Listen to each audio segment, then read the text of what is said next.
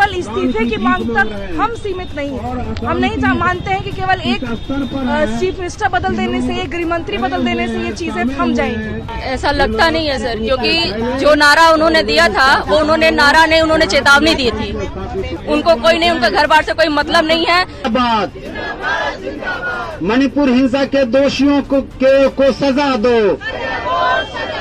मणिपुर में 2.5 महीने से जारी हिंसा के दोषियों को कड़ी सजा दो।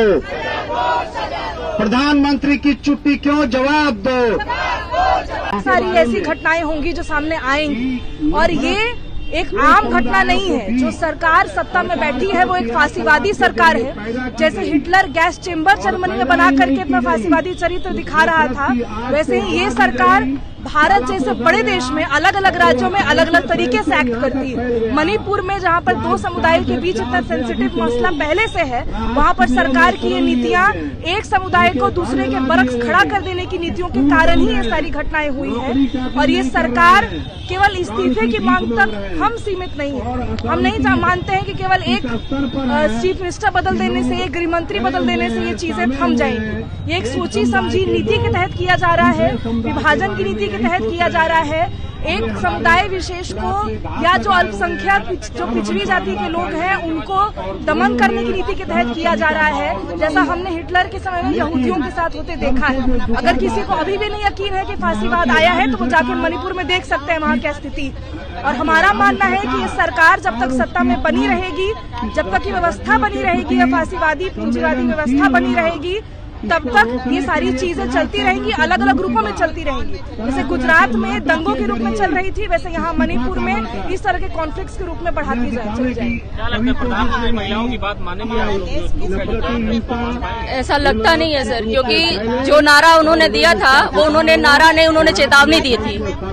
बेटी पढ़ाओ बेटी बचाओ, उन्होंने कहा था मतलब हमारे नीतियों से बेटियों को बचाओ, क्योंकि जो चीजें घट रही हैं पिछले 4-5 सालों में, जो स्थिति हुई है नारियों की, उसमें ये नहीं लगता है कि हमें कोई सुरक्षा मुहैया कराएंगे वो, और ये हमारे लिए वो संवेदनशील हैं। उनको कोई नहीं, उनका घर बार से कोई मतलब नहीं है। जिस तरीके से बर्बरता औरतों के साथ होती दिख रही है वीडियो में, वो 4 मई की वीडियो थी, इतनी देर तक मीडिया कहाँ था, कहाँ सोया था? उनका सारा सो कॉल्ड जो गोदी मीडिया है वो इन सब चीजों को कैसे दबा के रखा है, जबकि मीडिया का काम होता है छोटी सी छोटी घटनाओं को वो दिखाए। 4 मई को, आज जुलाई आ चुका है, जुलाई में ये वीडियो वायरल होता है, तब लोग अब इसको संज्ञान में लेते हैं और सिर्फ ये कहते हैं कि मुझे घनी पीड़ा हो रही है, मुझे दुख हो रहा है, मुझे क्रोध आ रहा है। किसी कोरोना में उनको दुख होता है, फिर उसके बाद पुलवामा पे उनको तकलीफ होती है, फिर उसके बाद वो कहते हैं कि इसमें हमें क्रोध आ रहा है। क्रोध और पीड़ा से मतलब नहीं है। अगर ये चीजें हैं तो गद्दी छोड़ दीजिए, अगर नहीं समझ रहा है, या फिर हम 2 प्रधानमंत्री रखे, एक एक्शन लेने वाला और एक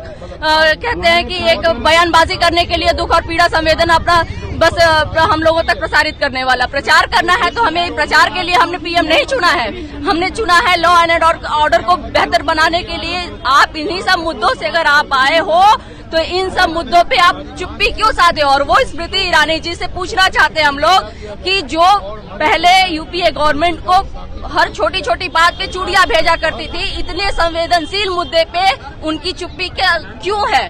वो इतना चुप क्यों है? एक इतना मामला हाईलाइट होने के बाद वो एक ट्वीट करती हैं और उसके बाद मीडिया ये दिखाता है कि उन्होंने ट्वीट किया है।